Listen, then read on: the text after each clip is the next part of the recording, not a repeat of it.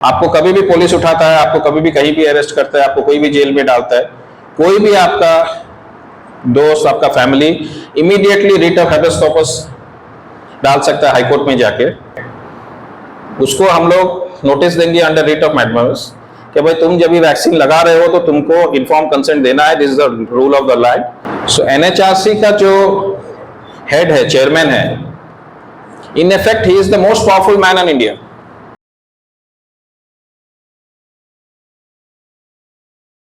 Consent and legal rights. So inform consents का हमारा एक डिस्कशन भी है और उसके बारे में काफ़ी कुछ हम लोग शेयर किए हैं, बताए हैं। So right now since I have half an hour, मेरा आधा घंटा है मेरे पास, तो मैं लीगल राइट्स के ऊपर थोड़ा करना चाहता हूँ। तो ये बहुत ज़रूरी है, हमको कभी भी स्कूल कॉलेज कहीं भी लीगल राइट्स सिखाया नहीं जाता है। हमारा राइट्स क्या है, सिटीजन राइट्स क्या है, कंट्री का टूवर्ड्स अस राइट्स क्या है, हमारा rights towards country, towards constitution क्या है, तो वो कुछ भी हमको सिखाया नहीं जाता है। तो एक शॉर्ट में मैं कुछ स्लाइड्स बनाया हूँ, मैं वहाँ ले चलता हूँ, तो will just go through one by one and see preamble of constitution of India. ये आपको बता दो कि हमारा प्रियम्बल जो है वर्ल्ड में बेस्ट माना जाता है, दी बेस्ट। तो क्या क्या लिखा है यहाँ पर? Sovereign, socialist, secular, democratic, Republic, बहुत सारे वर्ड्स हैं। सोवरेन यानी हम अपना देश खुद चलाते हैं।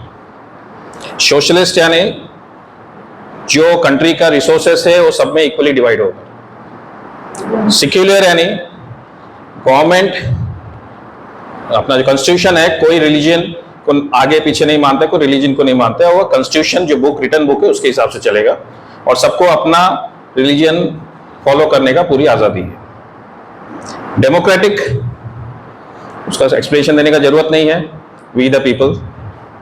एंड रिपब्लिक, हमारे हम जो चुनेंगे, जो लीडर को चुनेंगे, वो जितना भी टर्म है उसका, उस हिसाब से वो अपना इंडिया को गवर्न करेगा। This is the republic. तो sovereign, socialist, secular, democratic, republic, सब वर्ड्स है इसमें। ऑफ कोर्स ये फ्रांस और यूएस से कॉपी किया गया है, बट इट्स वेरी गुड। बाद में जस्टिस, लिबर्टी, इक्वालिटी, आप पढ़ रहे हो, फ्रैटर्निटी, ये सब अपने कॉन्स्टिट्यूशन में है। फंडामेंटल राइट्स, तो फंडामेंटल राइट्स हम सब समझते हैं, बोलते हैं, तो उसके बारे में थोड़ा डीप में जाएंगे अभी। क्या है ये? Protection of individual liberties, equality, non discrimination, checks on government power, very important है, empowerment of citizens, promotion of social justice, और ये सब हमको अपना इंडियन कॉन्स्टिट्यूशन ने हमको गारंटी किया है। फंडामेंटल राइट्स है, यहाँ पर आप देख रहे हो आर्टिकल 12 to 35 है। So will start with the first one, 14 to 18, right to equality. Article 14, one of the most important fundamental rights given to us by the Constitution. Let me tell you, more than 100 countries में है नहीं, तो बहुत अच्छा है। तो इसमें दो जो हाईलाइट किया है, equality before law. Equality before law यानी लॉ के सामने सब समान, तो कोई ऊपर नीचे नहीं, कोई भेदभाव नहीं। And equal protection of the laws, ये बहुत इंपॉर्टेंट है। कॉन्स्टिट्यूशन ने तो बनाया है, तो लॉज को क्या प्रोटेक्शन चाहिए? तो equal protection of the laws का बेसिक मीनिंग है क्या law is applicable to same to everyone. अगर दिल्ली हाई कोर्ट एक पास करता है सर्टेन जजमेंट, तो उसका जो रेशियो है वो सारा इंडिया के लिए एप्लीकेबल हो जाता है। सुप्रीम कोर्ट जो पास करता है ऑफ कोर्स एप्लीकेबल है, लेकिन कोई भी कोर्ट कुछ पास करता है, बिकॉज लॉ इज, पहला जो है equality before law and equal protection of the laws. Law is same across India, state laws थोड़ा बहुत छोड़ के, अदरवाइज अक्रॉस इंडिया सेम है। तो अगर एक हाई कोर्ट जो पास करता है, दूसरे सारा इंडिया के लिए लागू हो जाता है, because that is a law point. तो equality, equal protection of laws, इससे ही आता है केस लॉज। जो एडवोकेट्स लोग कोर्ट में खड़ा होकर केस लॉ बताते हैं और जजेस उससे बाइंड हो जाते हैं कि भाई ये केस लॉ है, then you can not go beyond it, otherwise you have to give special reason, इससे मैं क्यों अलग हो, why I not follow this. Article 15 then prohibits discrimination, religion, race, caste, sex, place of birth, equality of opportunity in public employment, abolition of untouchability, abolition of titles, मतलब जो पहले महाराजा, राजा वो सब थे वो निकल गया। Of course ये दिया है उन्होंने, advocate, professor, that titles you can keep. Now this is right to freedom. One of the again बहुत ही मेन है right to freedom, article 19 to 22. What does it say? Article 19, lockdown में हमने देखा कि हमारा ये राइट्स हमसे छीन लिया गया है, हमको बंद कर दिया गया, लॉकडाउन कर दिया गया है. तो दिस इज द आर्टिकल 19, जिसमें आगे जजमेंट आया कि this was violation of article 19. The freedom of speech, freedom to assemble peacefully and without arms, freedom to form association और यूनियंस, जैसा हमारा अवेकन इंडिया मूवमेंट एक एसोसिएशन है, association of people. Freedom to move freely through the territory of India. तो this was the main thing जो unconstitutional था at the time of lockdowns. Then freedom to reside, freedom to practice. Article 20 is protection in respect of conviction of offences. तो इसमें जो IPC के laws है, criminal laws है, तो उसमें आपको प्रोटेक्शन दिया जाता है कि आपको रेट्रोस्पेक्टिव कोई लॉ, क्रिमिनल लॉ लगेगा नहीं, आपको एक ही जुर्म के लिए 2 बार आपको नहीं सजा दिया जाएगा. और आपको ये बहुत बड़ा लास्ट पॉइंट है, provides individuals with the right to remain silent and not be compelled to be witness against themselves. तो ये राइट टू रिमेन साइलेंट अभी recently I think 2 weeks back Telangana high court ने अपील किया है, right to remain silent. Right to remain silent मतलब police आपको पकड़ के लेके गया, फॉर एग्जांपल से एक पॉलिटिकल लीडर को पकड़ के लेके गया, से आज ईडी कर रहा है जो, तो आपको आपका राइट है कि आप कुछ नहीं बोले, लेट देम इन्वेस्टिगेट. देखिए यहाँ है, लेकिन यहाँ क्या होता है, पुलिस लेके जाता है, पुलिस कस्टडी दिया जाता है 14 दिन का, इंटोग्रेट करता है, बाद में लिखा देता है, और लिखा के फिर बोलते हैं देखो ये इसने बोल दिया है, he is our evidence, is our ये, और उसके बाद में उसको अरेस्ट करता है. तो we have a right to be silent. अगर कभी हमको कभी ऐसा केस आया कि पुलिस पिक्स अप सब इंटोग्रेट करता है, तो we have a right to be silent till we call our advocate in.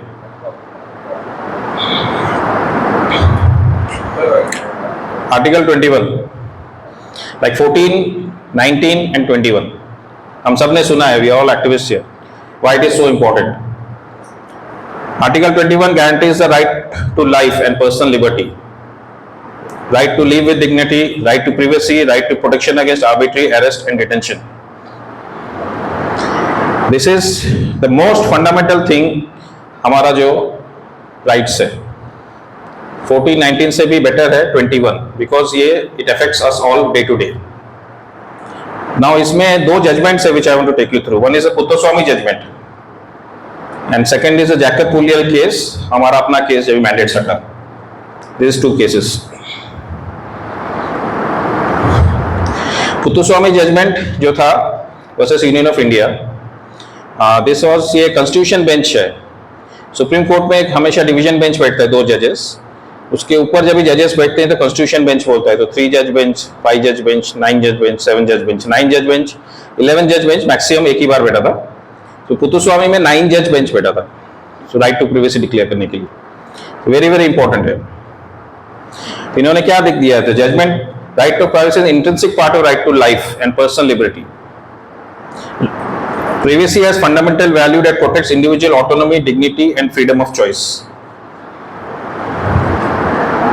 The ruling has said that privacy includes information privacy, bodily privacy and privacy of personal choices, relationships and autonomy. It held that privacy is essential for the exercise of their fundamental rights. इसका meaning क्या हो गया? पहले आपका body पे आपका right है, अपने एम टी शर्ट में आप लिखते हैं my body my choice, that is article 21 what we write. Then your personal choices जो भी आप कर सकते हो, आपका रिलेशनशिप्स आपका पर्सनल है वो आप कर सकते हो, आप सोच विचार आपका फ्री रख सकते हो, इसमें कोई भी स्टेट कभी आपको बाउंड नहीं करेगा. पुत्तस्वामी जजमेंट क्यों इंपॉर्टेंट था जबकि कॉन्स्टिट्यूशन में दिया हुआ है आर्टिकल 21? लेकिन पुत्तस्वामी जजमेंट में क्यों 9 जजेस को बैठना पड़ा और ये डिक्लेयर करना पड़ा? बिकॉज कंटिन्यूसली फंडामेंटल राइट सबका वॉयलेट हो रहा था. पुलिस किसको भी डंडा मार रहा है, किसको भी उठा के लेके जा रहा है, कुछ भी हो रहा है, गवर्नमेंट ऑफिसर सुन नहीं रहा है. तो उसके लिए ये सब बाद में बहुत सारे केसेस को ज्वाइन करके ये लेके गया था. लास्ट लाइन जैसा है, the judgment has far reaching implication in various areas including surveillance, data protection, Aadhaar among others. Jacob पुलियल case जो हमारा केस था, एम ने जो फाइट किया था प्रशांत भूषण से, और उसमें नीरज सर ने भी हेल्प किया था बॉम्बे से, कोएर्सिव वैक्सीनेशन का। तो इसमें थोड़ा सा मैं डिटेल में जाता हूं। It is necessary to consider whether the right of privacy of individuals can override public health. Point क्या था कि मैंडेट हम क्यों कर रहे हैं? Because it is of public health. तो कोई 10 जन ना बोल रहा है और 1000 जन हाँ बोल रहे हैं, तो हम 10 जन के लिए सुन नहीं सकते। तो डेमोक्रेसी में नॉर्मली क्या होता है कि अगर एक बंदा राइट है और 99 रॉन्ग है, लेकिन जो रॉन्ग है उसी के हिसाब से राइट को जाना पड़ेगा। तो ये यहां पर चैलेंज हो गया कि right of privacy of individual can override public health. तो स्टेट में चैलेंज हो गया था। बाद में देखिए, when the submission on behalf of respondents is that steps taken to restrict the rights of individuals are in the larger interest of public health। तो same how do आप जैसे डेमोक्रेसी समझाते हो वैसे ही उन लोग उधर बता रहे हैं। इसमें रिजल्ट्स क्या है? कॉमन कॉज बोल के एक और केस था, कोलिन गोंसाल्विस ने फाइट किया था। उसमें right to take a medicine का दिया गया है कि आपको अगर वो मेडिसिन लेना है नहीं लेना है। अगर डॉक्टर जानता है कि ये मेडिसिन नहीं देगा, ये मर जाएगा, लेकिन अगर वो व्यक्ति बोलता है कि मेरे को नहीं चाहिए, तो उसका राइट है वो नहीं लेने का। This was the common cause judgement. तो कॉमन कॉज जजमेंट उन लोग ने यहाँ रिफर किया था। It recognize the right of an individual to refuse unwanted medical treatment and to not to be forced to take any medical treatment that is not desired. तो Jacob पुलियल case में क्या हुआ, उन्होंने इसका पहले सपोर्ट लिया कॉमन कॉज का। क्या इंडिविजुअल राइट है आपका, आप कौन सा मेडिसिन लो, दवाई लो, नहीं लो ना। अभी उसको ओवरकम होता है क्या? इसका पहले का जो स्लाइड में था, steps taken to restrict the rights of individuals are in larger interest of public health. तो ये पॉइंट और ये पॉइंट इधर कॉन्ट्रा में आ गया था कॉमन कॉज का। उस पर डिस्कशन हुआ और बाद में जो आया उसमें, scientific evidence appears to indicate that risk of transmission of virus from unvaccinated individuals is almost on par with that of vaccinated persons। जब भी स्टेट सेंटर ने जो अपना डेटा दिया और प्रशांत भूषण और हमने जो डेटा दिया, उसमें हमने प्रूव किया कि वैक्सीनेटेड लोग भी इन्फेक्टेड हो रहे हैं, उन लोग भी हॉस्पिटलाइज हो रहे हैं, उन लोग भी मर रहे हैं। तो कुछ मतलब नहीं है वैक्सीन का। तो ये कोर्ट ने माना और वहां पर उन्होंने बताया ये लाइन यहाँ पर है, the state governments have produced, to put it differently, neither the Union of India nor the state governments have produced any material before the court to justify the discriminatory treatment of unvaccinated individuals in public places by imposition of vaccine mandates। तो ये क्या किया ultimately Jacob पुलियल ने? Jacob पुलियल ने Puttaswamy use किया, उसका एक para में नहीं डाला यहाँ पर, कॉमन कॉज यूज किया और आर्टिकल 21 यूज किया। जजमेंट को हेल्प हुआ, जैकब पुलियल का जजमेंट को हेल्प हुआ तीन चीज, आर्टिकल 21 एंड देन पुत्तुस्वामी का जजमेंट और कॉमन कॉज जजमेंट। ये तीनों का राय लेके उन्होंने फिर से ये जजमेंट पास किया। अभी ये तीनों जजमेंट हमको काफी इंपॉर्टेंट है। अभी हम लोग पैंडेमिक ट्रीटी की बात कर रहे हैं, इसके बाद शायद है भी। तो पैंडेमिक ट्रीटी में क्या आ रहा है कि कोई भी वायरस आएगा और उसके लिए उन लोग वैक्सीन लगाएगा हमको। इंडिया में अभी हमारे पास प्रोटेक्शन है of this 3 supreme court laws, और सुप्रीम कोर्ट का जो डिसीजन होता है वो immediate from that instant becomes law of the land, देश का कानून बन जाता है। तो आज हमारे पास ये तीनों का प्रोटेक्शन है, आर्टिकल 21 का and then Puttaswamy judgment, common cause judgment and Jacob Puliyel judgment. तो हमको अभी पार्लियामेंट भी कुछ पास नहीं कर सकता है इसको ओवरकम करने के लिए। क्लियर कर दीजिए, जैसा न्यू जुडिशियल बिल पार्लियामेंट ने पास कर दिया था, फिर भी 5 जज बेंच कॉन्स्टिट्यूशन कोर्ट बैठा, उसको इलीगल डिक्लेयर करके उसको निकाल दिया।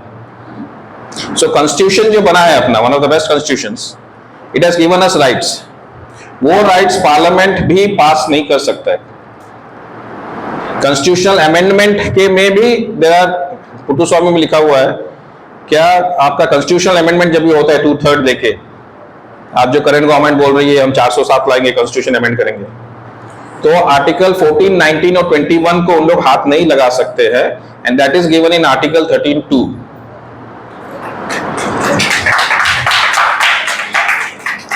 तो this is very very good, very very good. So इतना नीरज सर हमेशा बोलते हैं पैंडेमिक ट्रीटी से इतना डरो मत, अपना देश प्रोटेक्टेड है legally.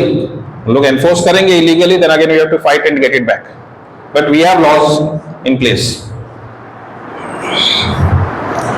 Protection against arrest, detention in certain cases, rights of exploitation, right to freedom of religion, cultural and education rights, right to constitutional remedies, Article 32. Now this is also very very important, which is given in our Constitution, Article 32. Article 32 of Indian Constitution grants individuals the right to move the Supreme Court for the enforcement of their fundamental rights. यानी कोई भी व्यक्ति direct supreme court जा सकता है under article 32, और similarly under states में article 226 227। नहीं तो आपको लोअर कोर्ट में जाओ, फिर हायर कोर्ट में, फिर हाई कोर्ट में, फिर सुप्रीम कोर्ट में, जरूरत नहीं, डायरेक्टली आप सुप्रीम कोर्ट में जा सकते। अभी जो इलेक्टोरल बॉन्ड्स का केस हुआ अंडर आर्टिकल 32 गया, हमारा भी जो केस गया था वो भी आर्टिकल 32 में हमने फाइल किया था, जैकब पुलियल का। So this is a fantastic piece which Constitution has given to every individual. Constitution ने हर एक भारतीय को ये ताकत दिया है कि आप डायरेक्ट सुप्रीम कोर्ट जा सकते हो अंडर आर्टिकल 32। आपका फंडामेंटल राइट्स का कोई भी वॉल्यूशन है। लास्ट लाइन वही लिखा है, article 32 empowers individuals to directly approach the Supreme Court if they believe their fundamental rights guaranteed under Part 3 of the Constitution have been violated. This includes rights such as rights to equality, freedom of speech, right to life and personal liberty and others. अभी इसमें आपने सब सुना रहेगा rate jurisdiction. तो rate होता क्या है? Basically it is right, but somehow legal term में उसको रेट लिखते हैं। So issuance of writs, so fundamental rights कभी हम जाते हैं कोर्ट में, हाई कोर्ट में 226 227 के अंडर में या आर्टिकल 32 में सुप्रीम कोर्ट में। So they are this kinds of writs, habeas corpus, mandamus, prohibition, quo warranto टू, सटोरे। मैं इसका डिटेल में जाता हूं because somewhere down the line last 3 years में हम लोग ने ये रेट्स एम ने प्रॉपर यूज नहीं कर पाए, और अभी हमको जो जो चैलेंजेस है और ये रेट्स हम कैसे यूज कर सकते हैं मैं वो डिटेल बताता हूं। The rate of habeas corpus, तो यहां पर रूम में उनका टीम बैठा है और एक जन तो बैठे ही है जिसका रेट ऑफ हैबेस कॉर्पस हमने भरा था इमीडिएटली कलकत्ता में। किधर है साहब? जगदीश चंद्र। तो रेट ऑफ हैबेस कॉर्पस हमने भरा था जब भी उनको अरेस्ट कर लिया। तो हैबेस कॉर्पस क्या है? बेसिकली इसका सिंपल सा मीनिंग है, way you shall have the body, यानी कोर्ट में उनको प्रेजेंट करो। आपको कभी भी पुलिस उठाता है, आपको कभी भी कहीं भी अरेस्ट करता है, आपको कोई भी जेल में डालता है, कोई भी आपका दोस्त, आपका family immediately writ of habeas corpus डाल सकता है हाईकोर्ट में जाके।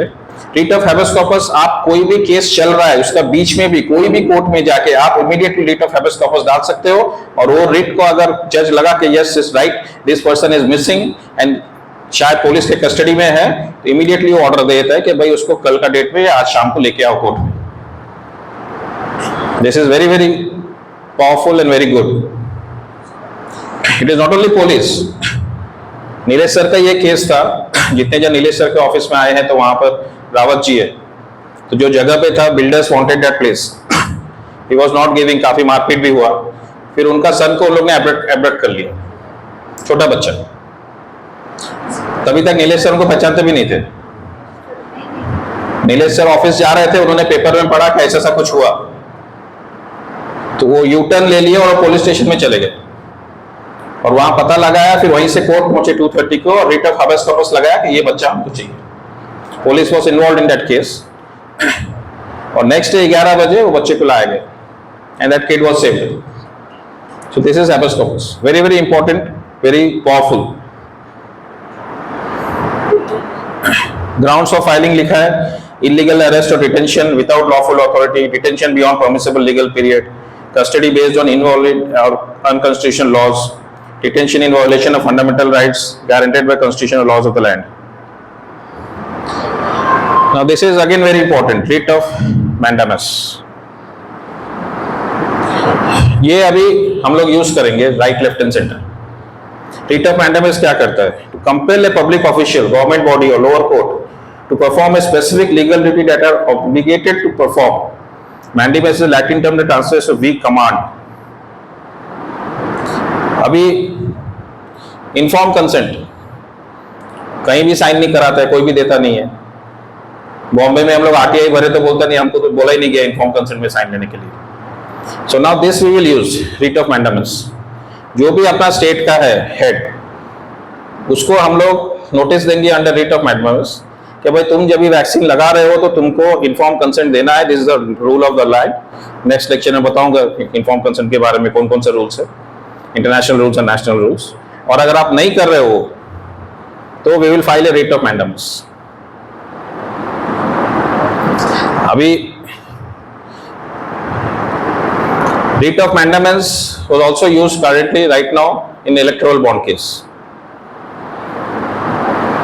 तो वहां पर जो छुपाया जा रहा था डेटा जो कि इलीगल है, तो उसमें प्रशांत भूषण ने रिट ऑफ मैंडामस भरा। तो ये हम लोग को काफी पावरफुल है writ of mandamus.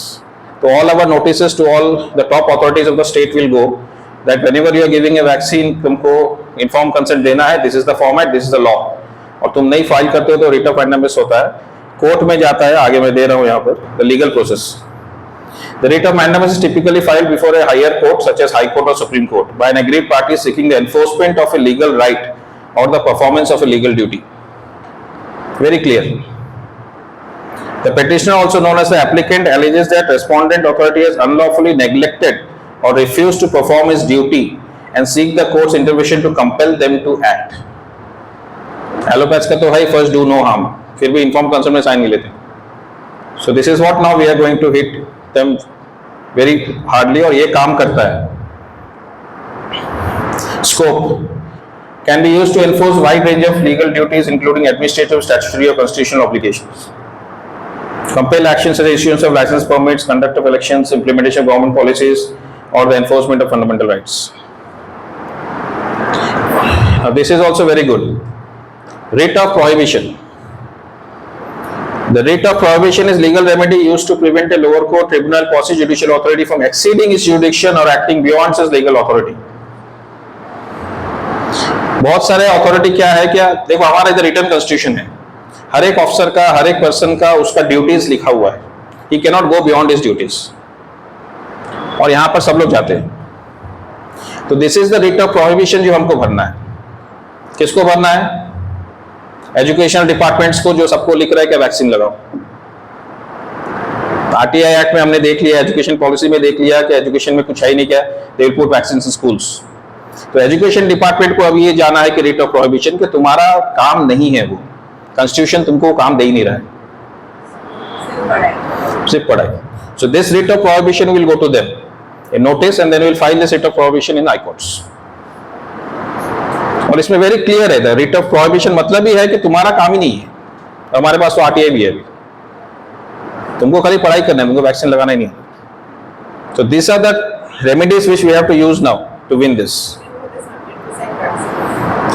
Writ of prohibition for, I'm giving example for us like vaccination, but बहुत चीज है, like now she is when doing planes उड़ रहा है, अगर नहीं सुनते तो we can give a writ of prohibition. So many places में where government officers are not supposed to do that, chemtrails जो पूरा हो गया, they are not supposed to do it. So we are giving them, अपने तो बहुत letters दिए बॉम्बे में, कोई रिप्लाई नहीं आया। Now that letters we will use and file a writ of prohibition. That way. Legal process, typically again High Court and Supreme Court. The applicant, जैसे last time था वैसे ही है same. Grounds of filing, various grounds: lack of jurisdiction, excess of jurisdiction, and violation of legal principles.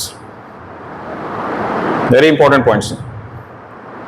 Scope, the writ of prohibition can be used to prevent a wide range of proceedings including civil, criminal or administrative matters where the lower court authority is acting improperly or beyond its legal authority. It may also be used to prevent a court or tribunal from continuing proceedings that are barred by law or violate fundamental rights. Courts पे भी हम use कर सकते हैं। कोई court अगर हमारा fundamental rights या लॉ फॉलो नहीं कर रहा है तो रिट ऑफ प्रोहिबिशन हम फाइल कर सकते हैं सीनियर कोर्ट में, हाई कोर्ट में, against that court, against that जज। इफेक्ट क्या आता है इसका? Compliance with the writ of mandamus is mandatory and failure to comply may result in contempt of court proceedings or other legal consequences. See, I am picking up this from our constitution, copy paste. It is not my writing, मैं नहीं लिख रहा हूँ, constitution से copy paste कर रहा हूँ। Then next आता है what? नीलेश सर ने हमको दिया था, we have used article 51A। अभी तक हमने देखा क्या कॉन्स्टिट्यूशन हमको क्या राइट्स देता है। फिर 1976 में पास हुआ कि सिटीजन्स राइट क्या है टुवर्ड्स नेशन, टुवर्ड्स कॉन्स्टिट्यूशन। तो एक सेपरेट अमेंडमेंट पास हुआ 1976 में, 42nd अमेंडमेंट, लाइक 51A। तो 51A क्या बोलता है? This is our duty, citizens duty, to abide by the Constitution and respect its ideals and institutions, to cherish and follow the noble ideals that inspired the national struggle for freedom, to uphold, protect sovereignty, to defend the country, to promote harmony, to renounce practices derogatory to the dignity of women, value and preserve the rich heritage, protect and improve natural environments, to develop scientific temper, to safeguard public property, to provide opportunity for education to his child award between 16 and 14 years. This is what 51A basically सब कुछ दिया जाता है। अभी हमारा M का trust बन रहा है संपूर्ण स्वराज ट्रस्ट। तो हमने जो ऑब्जेक्टिव्स दिए थे तो उसमें काफी उनको क्वेश्चन आवर हुआ, लास्ट में भी मेरा क्वेश्चंस रेज किए थे, हमने जाके आंसर दिए, होपफुली अभी बन जाएगा। तो नीलेश सर ने बोला तुमको ये सब डालने का जरूरत ही क्या था, खाली 51A को कॉपी करके देना चाहिए था। This is my objective, covers everything under the sun. से अभी हम लोग अपने लेटर्स लिखते हैं, किसको देते हैं? Ministry of health. जो इलीगल काम कर रहा है उसको ही लेटर दे रहे हैं, जो इंस्पेक्टर सबको डंडा मार रहा है उसको ही लेटर दे रहे हैं कि भाई तुम डंडा मत मारो। तो थोड़ा हम लोग गलत जा रहे थे, तो अभी हमको राइट जगह में जाना है। तो कौन कौन सा इंडिपेंडेंट बॉडीज है as per the acts of constitution में दे रहा हूं यहाँ पर। मतलब ये टोटली इंडिपेंडेंट है, प्रेसिडेंट इनको अपॉइंट करता है, लोकल जो गवर्नमेंट्स है वो उनके अंडर में नहीं आता है, ना प्राइम मिनिस्टर ना सीएम किसी के अंडर में नहीं आता। So National Human Rights Commission, first one. NHRCs inquire the complaints of human rights violations and take appropriate actions to address them. So जो सबसे बड़ा human rights violation हुआ हमारा लॉकडाउन और इसमें मैंडेटरी वैक्सीनेशन में, तो हम लोग लैक रह गए कि we didn't went to NHRC में नहीं गए। NHRC is authority to investigate violations of human rights by government agencies, law enforcement authorities and other public bodies. Also monitors implementation of human rights related laws, treaties and international conventions ratified by India. अभी देखिए NHRC में हमको क्या करना है। अभी कि जो भी इलीगल हो रहा है हमको पता है, NHRC में हमको पिटीशन फाइल करना है और NHRC को सिविल कोर्ट का पावर है। नेक्स्ट स्लाइड में देखेंगे आप। NHRC has the power of civil court while conducting inquiries, including summoning of witnesses, examining evidence on oath, and requiring the production of documents. Beauty क्या है, NHRC में जाने के लिए आपको एडवोकेट की जरूरत नहीं है, आप खुद जा सकते हो, आप खुद कंप्लेंट फाइल कर सकते हो। और वन वेरी गुड न्यूज है कि जो एजुकेशन एक्ट पे सब लेटर्स गया था, तो NHRC से हमारा केस नंबर आ गया। थोड़ा दिन पहले अपना ग्रुप्स में घूम रहा था, तो letters we had sent everyone, the NHRC has accepted our letter that schools में वैक्सीन क्यों चालू है और उसका केस नंबर आ गया। सो फर्स्ट टाइम हम लोग यूज किए NHRC को। So NHRC we have to use right, left and centre. Last point जो है हमारे लिए फिर इंपॉर्टेंट है for the pandemic treaty. NHRC also monitors the implementation of human rights related laws, treaties and international conventions ratified by India. So जो bioethics हम लोग ने साइन किया है, इंटरनेशनल कन्वेंशन जो साइन किया है, इन्फॉर्म कंसेंट में बताऊंगा वो, तो उसका भी रखवाला है NHRC। Powers and jurisdictions, civil court का मैंने जो बताया, extends all over India, union territory, सब जगह पे। ये सरप्राइजिंग मैं भी हो गया आज पढ़ते हुए कि it can also recommend compensation to victims of human rights violations and initiate legal proceedings for the enforcement of its recommendations. Independence and autonomy, it functions independently of the executive, legislative and judicial branches of the government and is accountable to the Parliament of India. So NHRC का जो head है, chairman है, in effect he is the most powerful man in India. और always retired Chief Justice of Supreme Court he NHRC का chairman बनता है। But we are not using that force which the Constitution has given to us. वो हम use ही नहीं कर रहे। सबके ऊपर है वो, जुडिशियल ब्रांचेस के भी, सुप्रीम कोर्ट के भी ऊपर है वो NHRC। अगर सुप्रीम कोर्ट भी कुछ गलत करता है तो आप NHRC में कंप्लेंट दे सकते हैं, और ये नीलेश सर ने किया है ऑलरेडी और 2 बार उनको विन भी मिला है। Hello. Pardon?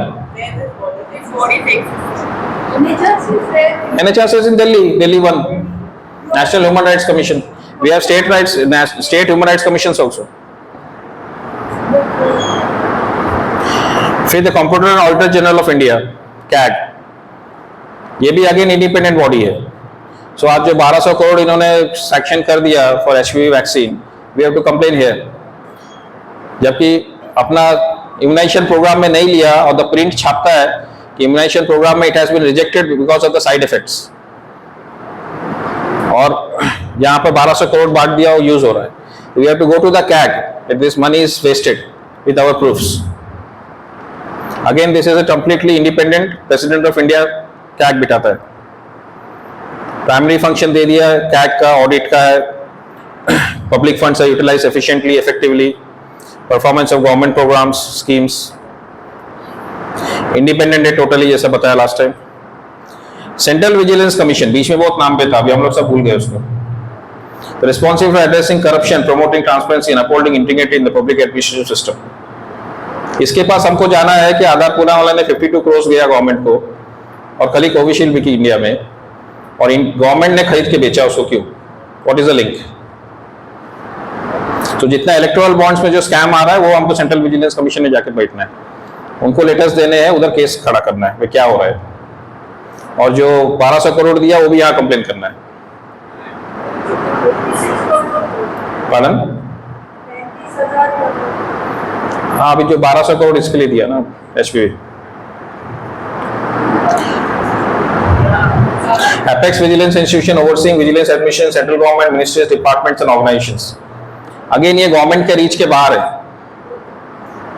Functions and powers क्या दे दिया? Investigate complaints of corruption, maladministration, misconduct against public servants working in central government organisations including civil servants. तो स्टेट CVC भी है और सेंट्रल CVC भी है. सेंट्रल CVC का सब दे रहा हूँ, स्टेट CVC का भी same powers. Inquiry to allegations of corruption, recommend disciplinary action, advise on preventive measures to improve transparency, integrity in government functioning. अभी कैसा है कि अब अपना मेघालय कोर्ट, आसाम के 3 कोर्ट्स ने पहले ही पास कर दिया था क्या vaccinated people are super spreaders. तो कोर्ट ने 3 कोर्ट ने पास कर दिया हाई कोर्ट का इन May 21, और फिर भी वैक्सीनेशन प्रोग्राम्स चला, फिर भी गवर्नमेंट ने वैक्सीन खरीदा और फिर भी गवर्नमेंट ने वैक्सीन सबको दिया. This is a clear case जिसमें हम जा सकते हैं. इसमें लोकपाल एंड लोक आयुक्तस 2013 में लोकपाल बिल के लिए तो बहुत बड़ा मोर्चा हुआ, या फिरोज भाई को पता है. लोकपाल से पास हुआ, लोक आयुक्त पास हुआ, अभी किधर ऑफिस है उनका भी हमको ढूंढना पड़ेगा. लेकिन उनके पास भी पावर्स बहुत है, मैसिव पावर दिया है. प्राइम मिनिस्टर के ऊपर है उन लोग, प्राइम मिनिस्टर को भी समन कर सकते हैं. ये हमको खाली पहुंचना है, यूज करना है इनको. ये सबको पावर काफी दिया हुआ है. Investigate cases of corruption, conduct inquiries, recommend disciplinary action or prosecution against the accused. लोक आयुक्त स्टेट में same role. CBI is not only for the government. हम लोग भी CBI में कंप्लेन फाइल कर सकते हैं, खाली गवर्नमेंट नहीं कर सकते, और CBI को उसमें एक्ट करना पड़ेगा. अगर वो एक्ट नहीं किया तो क्या करना है? Writ of mandamus. कोई भी गवर्नमेंट ऑफिसर को आप लेटर दो और काम नहीं करते, writ of mandamus in the high court immediate. He is compelled to do that work. तो CBI को we can also approach, we can also file complain, कोई पैसा नहीं लगता है. एस्टेब्लिशमेंट, मैंडेट, पावर्स, फंक्शंस, ये सब कुछ आप पता ही है. Role in combating corruption. Central information commission, one more gem मैं ढूंढ के निकाला, ये भी किधर गायब हो गया मालूम नहीं. This is under the Information Act 2005. Educate appeals and complaints RTI Act के अंडर में. लेकिन इसका एक और अच्छा है, it can also impose penalties on public information officers failing to provide information within specified timelines or for providing false or misleading information. जैसा VG Somani बोलता है 110% सेफ, जो बोलता है कि अभी हमको इन्फॉर्म कंसेंट नहीं देंगे हम. So we have to go to CIC also. So lot of institutions are there जो बैठे हैं, but only thing we have to take our petitions there and get them moving. और अगर नहीं काम करता है तो रिट ऑफ मैंडेमस, ज्यादा काम करता है तो रिट ऑफ प्रोहिबिशन। सब पावर्स अपने को दिए। चलो, that's all from my side, thank you. Inform consent रह गया है, but day after tomorrow inform consent is there, then I will take that.